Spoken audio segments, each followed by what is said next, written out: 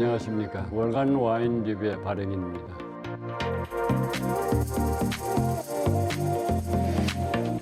오늘은 지난번 강론에 이어 제70강 스페인의 까베르 소비뇽이라고 일컫는 템프라니오 포도종에 관한 이야기를 하도록 하겠습니다.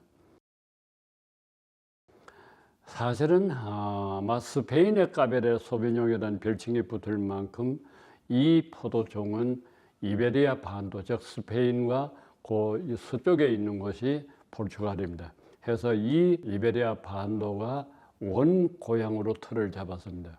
그런데 이 이베리아 반도 안에서도, 더 넓은 그 반도 안에서도 어디가 제대로 틀을 잡고 번성하였냐면은 제일 유명한 곳이 라리오입니다. 라리오하. 두 번째가 리베라 델 두에로입니다. 이 두 곳을 제외하고 나머지는 주로 어디냐면 라만차 지역이나 베네데스 지역이나 저 밑에 후미아 지역, 이렇게 전체적으로 이베리아 반도에 이 포도종이 번성하고 있다 하는 것을 말씀을 드립니다. 다음, 포르투갈에도 이 바로 옆에 있는 서쪽에 있는 포르투갈에서 이 템프라니오가 자리를 잡고 있다, 이렇게 말씀을 드렸는데, 주로 북부의 도우루 지방과 남부의 알렌테주, 이 두 지방이 템프라니오가 아주 번성하는 곳입니다. 특히 북부 지방의 도우루의 템프라니오는 일반 우리가 흔히 말하는 테이블 와인, 물론 테이블 와인도 빚는 데 쓰이긴 하나 그렇게 많지는 않고, 주로 포트 와인을 빚을 때 이 템프라니오가 쓰인다는 거. 그리고 이쪽에 포르투갈 남부 지방에는 알렌테주는 그 알렌테주 자체가 더 넓은 사실은 와인 산지고, 그게 훌륭한 템프라니오가 테이블 와인을 빚는데 이바지하고 있다, 이렇게 말씀을 드리겠습니다. 다음, 이베리아를 벗어나서 포도종이 세계 여러 곳에 이렇게 번성을 하는데, 가장 틀을 넓게 잡고 번성하는 곳이, 한 곳은 아르헨티나, 한 곳은 미국의 캘리포니아입니다. 이상 전체적인 소위 템프라니오가 이베리아 반도, 즉 스페인과 포르투갈, 그리고 고향을 벗어나서는 미국과 미국의 캘리포니아와 다음에 아르헨티나가 새로운 틀을 잡고 있다 하는 것을 말씀을 드렸습니다. 사실은 이 템프라니오의 총 면적은 한 23만 헥타르, 대단히 넓은 겁니다. 그래서 랭킹을 이렇게 보면은 세계 여러 포도종 가운데서 템프라니오가 네 번째 이렇게 자리를 차지하고 있다, 이렇게 말씀을 드리면서, 그러나 그 가운데서도 스페인 안에서만 이 템프라니오가 87%에 달한다 하는 것을 말씀드리면, 사실은 템프라니오 이꼴 스페인이고 해서 제가 처음 스페인의 까베르네 소비뇽이라고 했던 그 별칭이 같이 이렇게 어울린다고 말씀을 드립니다. 이 포도종의 특징은 어떠냐 하는 이야기입니다. 색상은 검붉고, 그다음에 껍질이 두꺼운 편입니다. 그리고 탄닌은 알맞게 이렇게 배어 있으나 산과 알코올이 아주 낮은 편입니다. 그래서 이 포도종은 다른 이렇게 파트너를 즐겁게 받아들여야 할 그런 문제가 있습니다. 물론 독자적으로 이 훌륭한 테이블 와인을 빚기도 합니다만은, 거의 훌륭한 와인들의 대부분이 파트너를 불러들이는데, 그 파트너가 가르나차, 두 번째가 그라치온, 세 번째가 까리냥, 이렇게 다음에 까베르네 소비뇽 메를로도 부분적으로 참여하는 것으로 되어 있습니다. 그러나 오늘 여기 나와 있는 와인을 제가 분석을 해봤을 때, 이 템프라니오 플러스 블렌딩에 참여하는 파트너는 가르나차와 그라치온 두 포도종밖에 없다는 사실을 미리 말씀을 드립니다. 이 템프라니오의 명작이 나는 곳, 아까 제가 템프라니오가 널리 이렇게 스페인의 전역에 번성을 합니다만, 그 가운데서도 제가 늘 이런 포도종을 이야기할 때 그 중에서도 정말 어느 곳이 가장 훌륭한 포도종이 나오느냐 하는 이야기입니다. 물론 양조 방법이나 모든 것에 차이점이 있긴 있습니다만, 그러나 통상적으로 이해할 때 지 고향이 가장 훌륭한 퀄리티를 갖고 있다 하는 걸 말씀을 드립니다. 하나는 라리오하입니다. 리오하 지방. 두 번째는 리베라 델 두에로 지방입니다. 근데 재미있는 제가 분석을 하나 말씀을 드리면은, 라리오하와 리베라 델 두에로 두 군데 다 템프라니오가 훌륭한 와인을 빚기는 하지만은, 템프라니오가 보다 서늘하고 고지대에서 나는 리베라 델 두에로에서 나오는 템프라니오로 와인을 빚으면은 매우 우아한 와인을 얻는다, 이렇게 이야기하는 분이 있습니다. 바로 유명한 60년대 매우 이름을 드날렸던 오제트 클락이라는 영국의 와인 비평가가 쓴 글에서 제가 이런 발췌를 해서 말씀을 드립니다.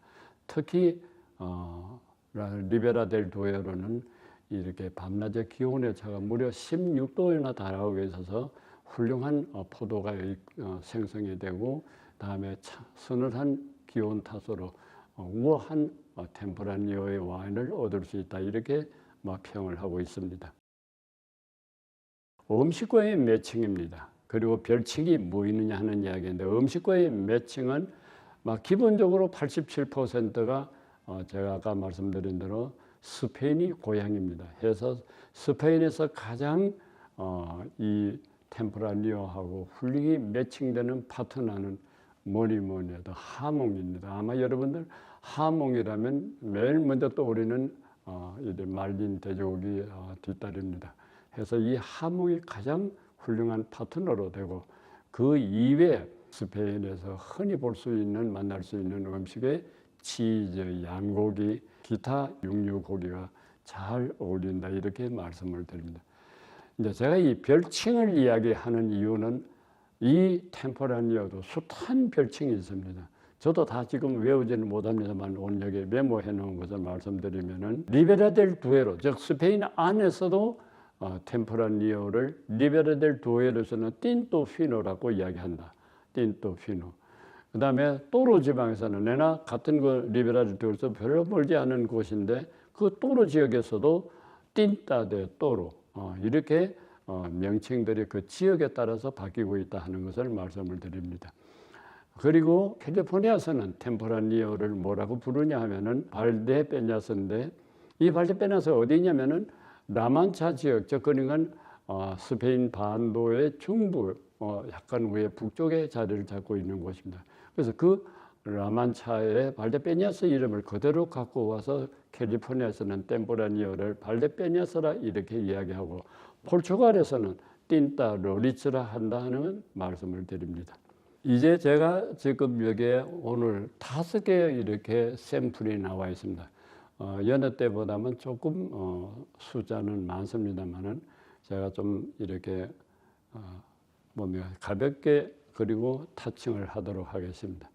첫째, 에두아르도 가리도 가르샤, 이름이 상당히 깁니다. 에두아르도 가리도 가르샤인데, 여기에 나온 와인이 그란 레제라바입니다. 그란 레세르바.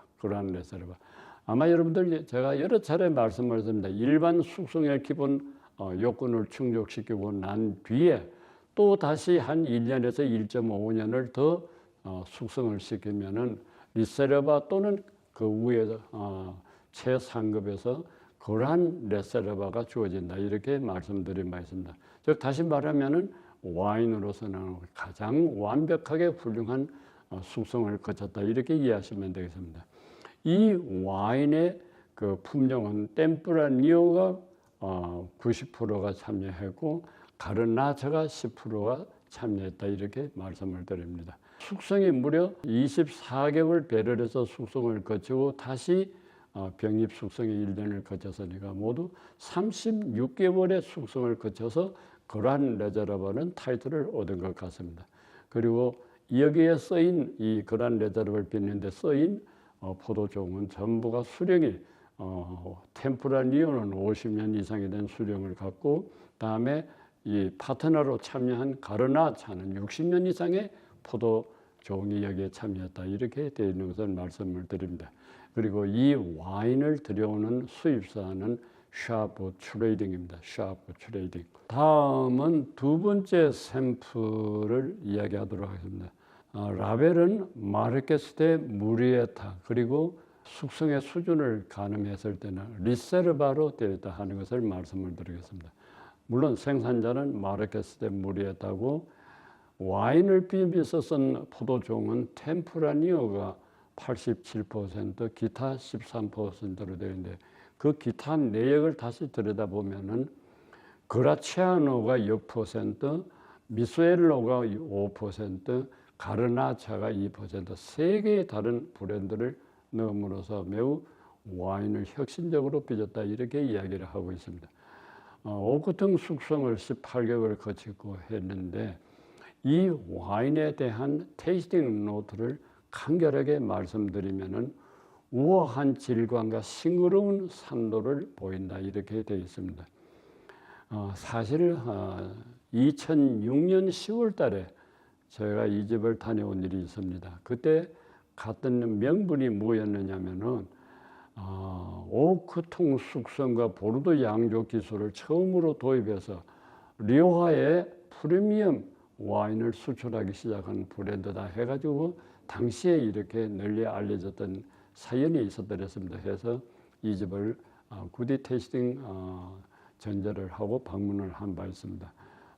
그래서 오늘 이 와인을 보니까 2006년이니까 지금 2024년이니 뭐 거의 20년 가까운 세월이 흘렀던 것 같습니다. 이렇게 해서 지금 상당히 훌륭한 와인이라 하는 것을 참고로 말씀을 드립니다. 그리고 이 와인을 들여오는 수입사는 에노테카 코리아입니다. 그동안 저희들이 여러 이렇게 와인을 샘플로 내세워서 이야기를 했습니다만 에노테카 코리아는 아마 처음인 것 같습니다.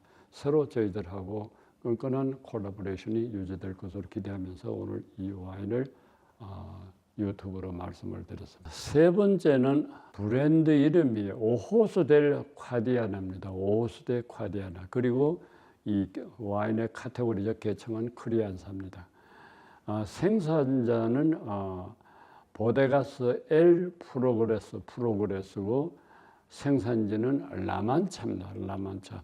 여러분 사실 라만차라 그러면 이베리아 반도의 한 중심부라고 이해하시면 됩니다. 그 라만차에서 엘 프로그레스가 오래된 포도밭에서 나의 포도를 수확해서 와인을 빚었다 되는데 이 와인의 산지가 해발 600m의 높은 수준을 되어 있기 때문에 매우 훌륭한 와인을 빚는다 이렇게 되어 있습니다. 그리고 테이스팅 노트는 밀도 있는 균형감과 우아한 여운을 보인다 이렇게 되어 있습니다. 수입사는 와인랜드라는 수입사입니다. 금년부터 저희들하고 이렇게 끈끈한 콜라보레이션을 하고 있는 회사인데 제가 한번 이 와인랜드에 관한 와인을 한번 유튜브를 한 일이 있습니다. 바로 루마니아 와인을 아주 전문적으로 들여오는 우리나라의 유일한 와인 수입사이기도 해서 루마니아 와인을 한번 유튜브를 할 때 그때 이 와인랜드가 그 모든 서포팅을 했다는 사실을 미리 말씀을 드립니다. 이번에 이렇게 훌륭한 일단 포트폴리오를 다변화하면서 훌륭한 와인을 갖고 온다 하는 것을 아울러 참고로 말씀을 드립니다. 네 번째 샘플은 비냐레알의 그랑 레제르바 와인입니다. 그랑 레제르바. 역시 이 와인이 나는 곳은 리오아 지역입니다. 라리오아 지역이고 다음에 이 와인을 빚은 품종을 보면은 템프라니오를 95%를 쓰고 그라치아노를 5%를 썼다 하는 이야기입니다. 여러분 이 그라치아노 와인 이 포도종에 대해서 조금 제가 설명을 드려야 되겠는데 그르나샤는 여러 차례 말씀을 드려서 압니다만 그라치아노는 매우 이렇게 생소한 와인입니다. 그러나 레드 와인을 빚는데 아주 훌륭한 스페인의 와인인데 이 와인의 특질 가운데 하나가 뭐냐면은 산이 높습니다. 산이. 그리고 이 산이 높은 그 이유로 해서 와인을 빚어 놓으면 매우 신선도가 좋다는 이야기가 나오는데, 이 템프라니오하고 이 그라치아노를 블렌딩의 파트너로 받아들인 이유가, 아까 제가 서두에서 말씀을 때 템프라니오의 약점이랄까 허점이 뭐냐면은 산이 조금 부족하다는 이야기입니다. 탄닌은 그냥 적정한 수준인데 산과 알코올이 부족하다고 말씀드렸는데, 그 부족한 산을 보충하기 위해서 이 산이 높은 그라치아노를 볼로 들였다, 이렇게 파트너의 이야기를 참고로 말씀합니다. 근데 조금 이 와인 이야기를 하면서 2004년에 아마 대대적인 혁신을 도모했던 것 같습니다. 근데 그 혁신은 완공을 하고 난 뒤에 이노그레이션 식전에 누가 참여했느냐면은 국왕 후왕 카를로스가 여기에 참여했다, 이렇게 되어 있습니다.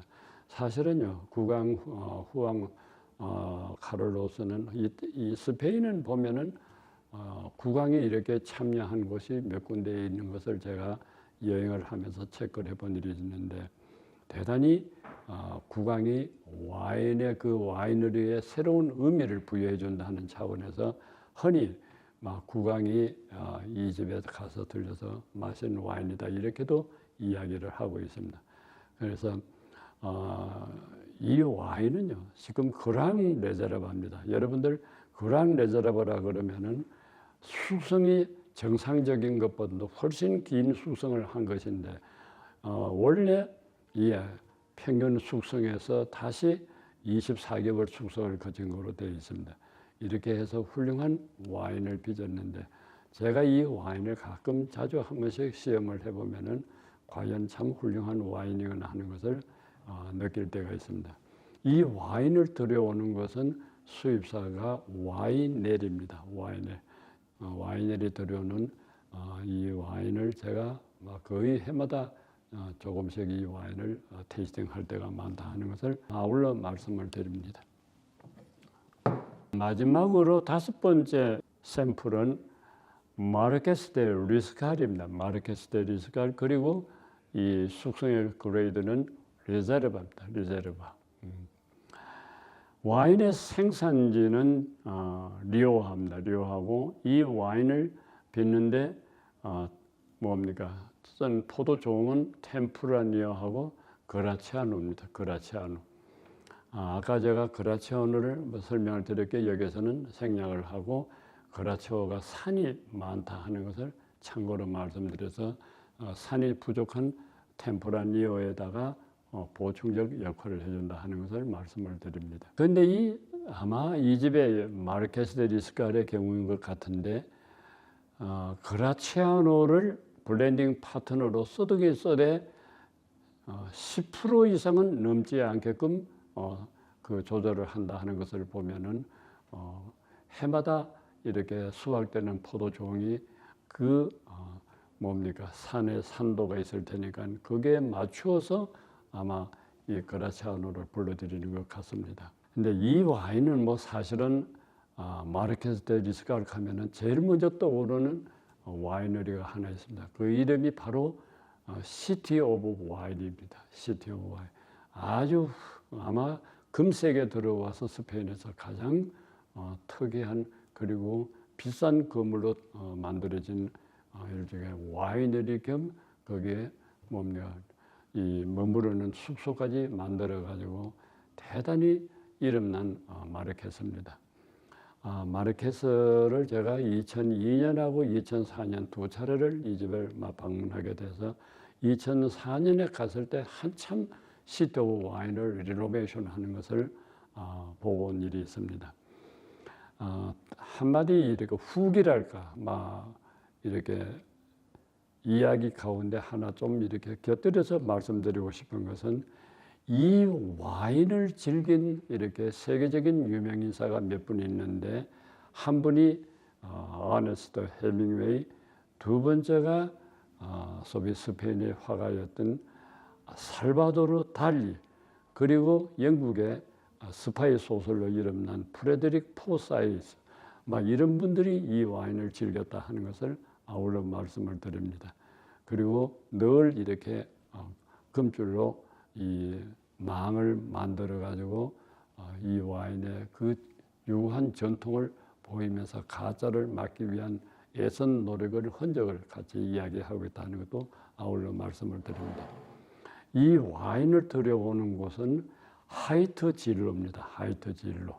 이렇게 해서 오늘 5군데 이 와인의 샘플을 내놓고 여러분들에게 템프라니오가 어떠한 포도종이라는 것, 그리고 어떠한 음식과도 매칭이 잘 되고, 그리고 브랜드로 이렇게 쓰이는 포도종이 대충 누구누구라 하는 것을 말씀을 드렸습니다. 이상 제 이야기를 끝내겠습니다.